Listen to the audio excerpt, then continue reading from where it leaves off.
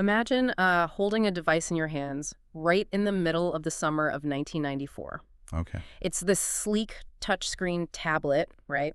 And it lets you send emojis to your friends, download games, check real-time stock quotes. You can even automatically book airline tickets right from your couch. Which, I mean, that sounds like pure science fiction for that era. Exactly. Yeah. It's completely unheard of.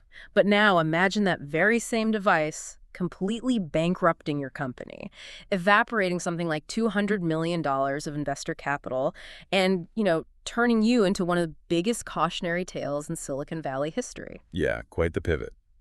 Welcome to the Deep Dive. Today, we are pulling from this incredible set of sources, mainly a massive, highly detailed Wikipedia article, and we're looking at the wild rise, the crazy pivot, and the spectacular collapse of a 1990s tech company called General Magic. It's such a fascinating story. Right.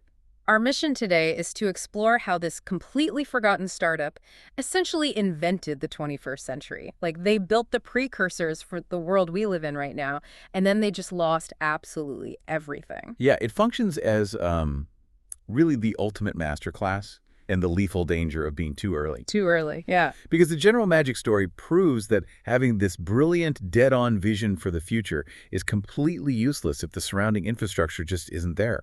The hardware capabilities, the consumer readiness, if they aren't there to support it, it doesn't matter. It all just falls apart. Exactly. But studying this company is crucial for you listening, because looking at their failure is basically reading the blueprint for how modern digital innovation actually works. So to even wrap our heads around how a failure of this magnitude happens, we have to look at why they were crowned, like the most important startup on Earth, before they even released a single product. Right. The hype was unreal. The story kicks off in 1989, deep inside Apple. This visionary named Mark Porat goes to Apple's then CEO, John Sculley, with what is honestly a terrifying proposition for a desktop company. Oh, yeah. Porat basically says, look, the era of the desktop computer is already over, and the future is mobile, ubiquitous computing. But to build it, they need a massive cross-industry partnership. They codenamed this the Paradigm Project. Which, Apple's internal management had zero interest in actually funding. Because they're fighting a desktop war. Exactly. They were locked in a war over desktop market share. So Porat and his team approached Sculley with a radical alternative. They say, spin us out. Let us build this outside the walls of Apple. And he actually says yes. He does. By May of 1990, General Magic is officially born as an independent entity. And it's founded by Mark Porat alongside absolute Apple royalty. I mean, guys like Andy Hertzfeld and Bill Atkinson. The guys who literally wrote the software for the original Macintosh. Right. And the talent drain from Apple was just staggering. I mean, they took Susan Kare, the iconic designer who made the original Mac icons. Yep. They brought in Joanna Hoffman to run marketing. She was famously like the one person who could stand up to Steve Jobs on the original Mac team. A total powerhouse. Yeah. And they grabbed hardware pioneer Wendell Sander, Megan Smith, and effectively lifted the entire Apple System 7 software team. It really was like an Ocean's 11 crew of tech nerds. Okay, let's unpack this, because taking a step back, the corporate structure here is mind-boggling. Wait, John Sculley is the CEO of Apple, right? Yes. But Apple only retains a minority stake. And Sculley, the sitting CEO of Apple, takes a seat on the board of directors for General Magic. That sounds like a massive conflict of interest waiting to explode. Oh, it was a wildly tangled web. Yeah. And you're completely right. That specific conflict is exactly what detonates the company later. I mean, how could it not? Right. But you have to understand, in 1990, having the CEO of Apple on your board wasn't seen as a liability. It was the ultimate shield of legitimacy. And that legitimacy allowed General Magic to execute a business maneuver that is still virtually unprecedented. They built the General Magic Alliance. Right, this is crazy. They get Sony, Motorola, Matsushita, Philips, and AT&T to all sit at the same table. Massive, fierce, global competitors. Yeah. And these companies invested up to $6 million each to cooperate on a single shared vision. It makes sense on paper, right? You get Sony to build the screens, Motorola to build the wireless tech, and AT&T to lay the network. Exactly. You essentially build an impenetrable moat Yeah. before the castle is even finished. And they did all of this behind this veil of intense secrecy. By 1993, they have about 100 employees working in this famously quirky office. And they literally let live rabbits roam freely around the workspace. Yes, the office bunny. Just to inspire, out-of-the-box thinking. It was peak early 90s Silicon Valley idealism, but funded by multinational corporate checkbooks. Naturally, the press just lost their minds over the mystery of it all. In early 1993, the New York Times profiles them as the most closely watched startup in Silicon Valley. They called the office a place where Woodstock meets Silicon Valley. The hype was just deafening. They are the undisputed golden child. But while they're busy feeding the office bunnies and dreaming up the future, that conflict of interest with John Sculley finally explodes. Yep, the betrayal. Apple decides, well, we can't afford to sit out of the handheld market after all. Right. So throughout 1992 and 1993, while Sculley is still a director on General Magic's board, Apple aggressively pivots to enter consumer electronics with their own personal digital assistant. Which becomes the Apple Newton. Exactly.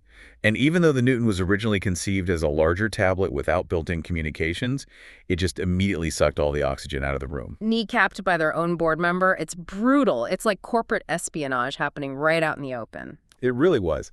All the market's attention completely pivoted away from whatever secret thing General Magic was doing straight toward Apple. But General Magic refuses to pivot. Right, they keep building their tech. And the concepts they were engineering are frankly mind-blowing for a world that was still, struggling to figure out dial-up internet. Oh, absolutely. Their operating system was called Magic Cap, and instead of a screen with folders and files, they designed this visual rooms metaphor. Right, because normal people in 1984 found file directories super intimidating. Yeah, so Magic Cap made it literal. If you wanted to check your email, you tapped on a picture of an office desk. If you wanted to play a game, you went down a virtual hallway to the living room. The visual interface was incredibly charming, sure. But the real revolution was happening invisibly underneath it. They built a groundbreaking programming language called TeleScript. TeleScript, yeah. TeleScript was designed entirely around the concept of software agents. You weren't just querying a static database. You were sending a tiny mobile piece of code out into the network. Like a little digital errand boy. Precisely. That code, your agent, would travel to a server, execute a task like finding the cheapest stock quote or negotiating a ticket price, and then travel back to your device with the results. Which is basically how modern cloud architecture and internet bots function today. They envisioned this vast TeleScript cloud where these agents just executed seamlessly across any device connected to the network. But here's where the entire master plan crashes into a brick wall. When the actual hardware finally launches in the summer of 1994, we're talking about the Motorola Envoy and the wireline Sony Magic Link, they drop the ball on almost every practical level. Yeah, it was rough. First, the Sony Magic Link costs $800. Second, unlike the Apple Newton, their devices completely lack handwriting recognition. Which makes inputting text a total nightmare. But the fatal flaw, the thing that actually kills the product, is the network. They built these devices to run exclusively on a network provided by AT&T called PersonalLink. And PersonalLink was a totally closed, proprietary walled garden. Right. And to understand why they made such a catastrophic choice, you have to look at the telecom mindset of 1994. Okay. AT&T and the other telecom giants were terrified of the emerging open internet, the World Wide Web. The open web was chaotic, and more importantly, it couldn't be easily metered. They wanted to charge per minute. Exactly. AT&T wanted a proprietary network so they could charge consumers per minute, per message, per transaction. And General Magic basically capitulated to their alliance partners and locked their brilliant software inside this closed ecosystem. It's the ultimate tragedy of building a futuristic bullet train and then completely forgetting to lay down the tracks for it to go anywhere. That's a perfect way to put it. They're stuck on a proprietary network while the open internet is just catching fire globally. Unsurprisingly, the hardware sales are abysmal.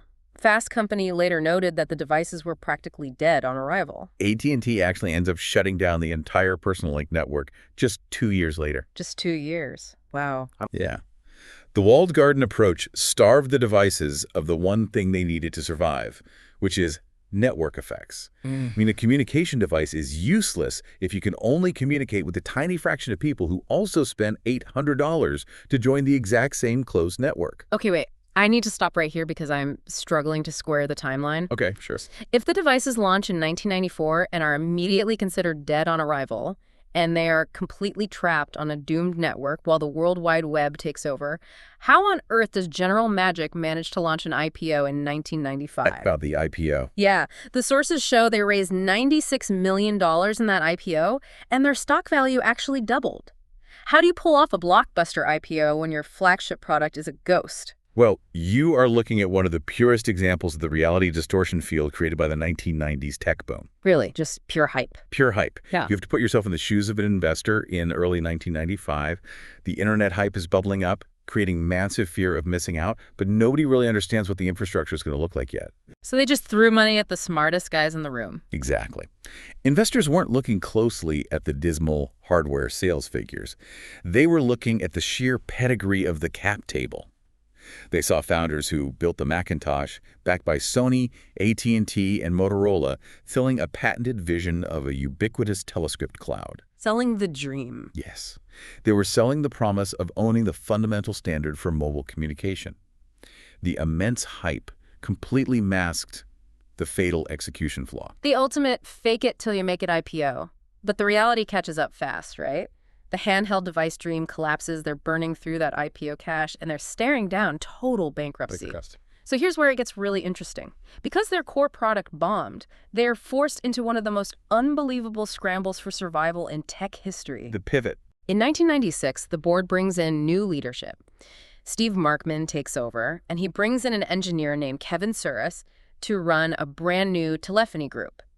They take a massive chunk of their remaining workforce, like 60 to 70 people, and completely abandon the visual tablet interface to pivot to voice recognition. It was a staggering shift. I mean, they went from building hardware and visual rooms to building invisible, purely auditory software. Just a totally different discipline. Right. Since their screens failed, they decided to deliver the connected future through the one device everyone already owned, which was the telephone. Makes sense. They set out to build a personal assistant service that felt indistinguishable from a human secretary. They codenamed it Serengeti, and it finally launched as Portico. The user experience for Portico is just wild to think about. You didn't download an app. You called your own personal toll-free 800 number from any phone. And Mary would answer. Yes. When it picked up, you were greeted by Mary. The interface was voiced by an actress named Mary McDonald Lewis, Who actually later became the famous voice of the OnStar system. Exactly. And you just talked to Mary. You could say, read my email, or forward my calls, or check my calendar. It even synced up with early digital planners like the Palm Connected Organizer and Microsoft Outlook. They effectively engineered a landline version of Siri or Alexa, but in 1996. Right. But the truly revolutionary part wasn't just the voice-to-text integration. It was the engineering behind the persona. General Magic was the first company to hire an entire team of linguists specifically to give software an artificial personality. Which is huge. They mapped out massive logic trees to handle conversational dead ends. Because people are unpredictable. Exactly. If a user mumbled or got frustrated and swore at the system, Mary didn't just crash or return an error code. Like, I'm sorry, I didn't get that. Right. The linguists programmed her to respond naturally, to change her tone, to sound empathetic or apologetic. It was essentially the 1990s precursor to modern prompt engineering and large language model personas. That's insane. Their work here was so pioneering that they were actually awarded foundational patents for artificial personality. And unlike the tablet, Portico was an absolute smash hit. They scaled it through major partnerships with companies like Quest and Excite. They had this massive marketing push led by Linda Hayes. At its absolute peak, this voice system had 2.5 million active users. It really was a massive success. The stock price, which had tanked to a humiliating $1 a share in 1997, skyrocketed back up to $18 by the year 2000. What a comeback. Yeah, and in 1999, a specialized consumer version of the product called MyTalk, led by Kevin Ray, was so critically acclaimed it won a Smithsonian Award. It was inducted into the permanent Smithsonian collection. They even built the virtual advisor for General Motors' OnStar system. They finally achieved the original vision. They delivered the ubiquitous connected assistant they promised back in 1989. They just had to abandon screens to do it. Okay, but this brings up a massive contradiction. No. I'm looking at a company with 2.5 million paying users, foundational patents for AI personality, a Smithsonian Award, and a stock price roaring back to $18. Usually, a company with that much momentum either gets acquired for $1 billion or just prints money. How does a company with an incredibly successful, widely adopted pivot still manage to go bankrupt? Well, because a successful product cannot survive a toxic boardroom and atrocious macroeconomic timing. Ah, the boardroom again? Always. The technical achievement of Portico was totally sound, but the corporate machinery behind it completely jammed. The plan was to take the consumer-facing product, MyTalk, and spit it off into its own highly valued entity to raise fresh capital. Okay. But the leadership and the investors completely failed to agree on the technology licensing terms. They essentially fought over who owned the golden goose, and while they were arguing, the spinoff completely stalled out. So internal bureaucracy choked off their access to capital exactly when they needed it most? Bureaucracy, immediately followed by the dot-com crash. Oh, right. The crash. By early 2000, the market environment became incredibly punishing for tech companies burning through cash. The stalled spinoff, combined with mounting operational losses and missed projections, caused the stock to plunge all over again. They just ran out of time. They simply ran out of runway. When the capital dried up, the management team that had brilliantly brought Portico to market simply fled. By early 2000, the leadership scattered to pursue other internet startups, leaving General Magic completely hollowed out. A new team comes in under Kathleen Leighton to try and salvage the remains, pivoting into enterprise software, but it's just too little, too late. It was over. On September 18, 2002, General Magic formally announces it will cease all operations. 2 years later, in 2004, the company is completely liquidated. The OnStar assets are handed over to EDS, and the court auctions off the one thing of massive value the company had left its patent portfolio. Right, the patents. Most of those brilliant foundational patents get scooped up at auction by Paul Allen, the co-founder of Microsoft. It is just an incredibly grim end for a company that started with such utopian ideals. It is grim on paper, absolutely.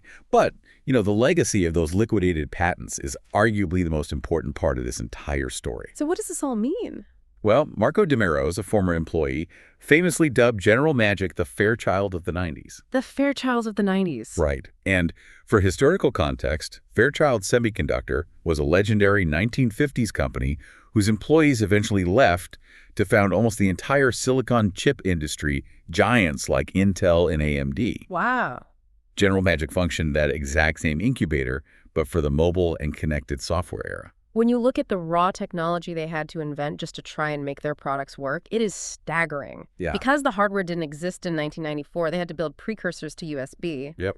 They invented software modems, meaning they figured out how to use the main CPU to process audio signals instead of requiring a bulky, expensive, dedicated modem chip.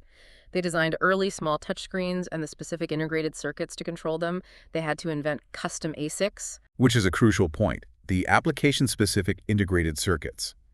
They couldn't use off-the-shelf computer processors for a mobile tablet because those chips would have drained a battery in 10 minutes and literally melted the plastic casing. Oh, wow. So they just made their own. General Magic engineers literally designed custom silicon chips dedicated to highly specific tasks to make mobile computing viable. They built the foundations for rich multimedia email, networked multiplayer games, streaming television, and early versions of e-commerce.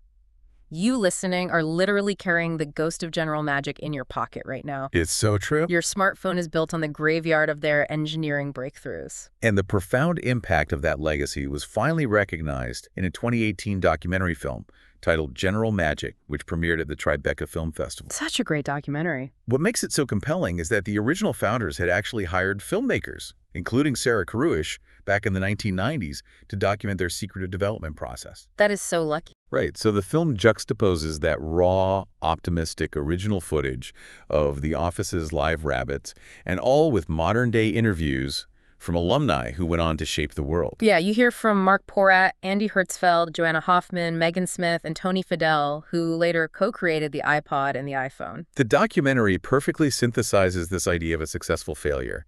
The corporate entity of General Magic died, absolutely. But they actually succeeded in the goal of their 1989 Paradigm Project. They really did. They mapped out the future of consumer electronics with terrifying accuracy. They just didn't survive long enough to sell it to us. It is a phenomenal, wild ride. For you listening, just take a second to process everything we just covered. A brain trust spins out of Apple to build the ultimate mobile device. They forge an alliance of absolute corporate titans, build a secretive utopian office culture, and get completely kneecapped by their own board member. They design a beautiful visual operating system and revolutionary software agents, but trap the whole thing on a closed telecom network right as the open web takes over the world. Facing total ruin, they scramble and invent an AI voice assistant for the 1990s, winning Smithsonian Awards and millions of users, only to be suffocated by boardroom licensing fights and the dot-com collapse. It's exhausting just hearing it all back to back. Finally, they dissolve, scattering their patents, their engineers, and their DNA into every single piece of modern tech we rely on today. It's a stark reminder that being entirely right about the direction of the future does not guarantee you will be the one to profit from it. The timing of the surrounding infrastructure, the networks, the batteries, the processors matters exactly as much as the sheer brilliance of the core idea. And that leaves us with a final thought to mull over. Look around at today's highly criticized, struggling moonshot technologies. Think about the billions being poured into the metaverse or spatial computing headsets or those early clunky wearable AI pins we are seeing right now. It is so easy to look at them and think, well, the hardware is too weird, the networks aren't fast enough, nobody is ever going to use this. But are we currently laughing at the next general magic? Are these struggling companies actually designing the exact blueprints for the year 2040? The future is always a little blurry until you are already living inside of it. Thank you for joining us on this deep dive. Keep questioning the future, and we'll catch you next time.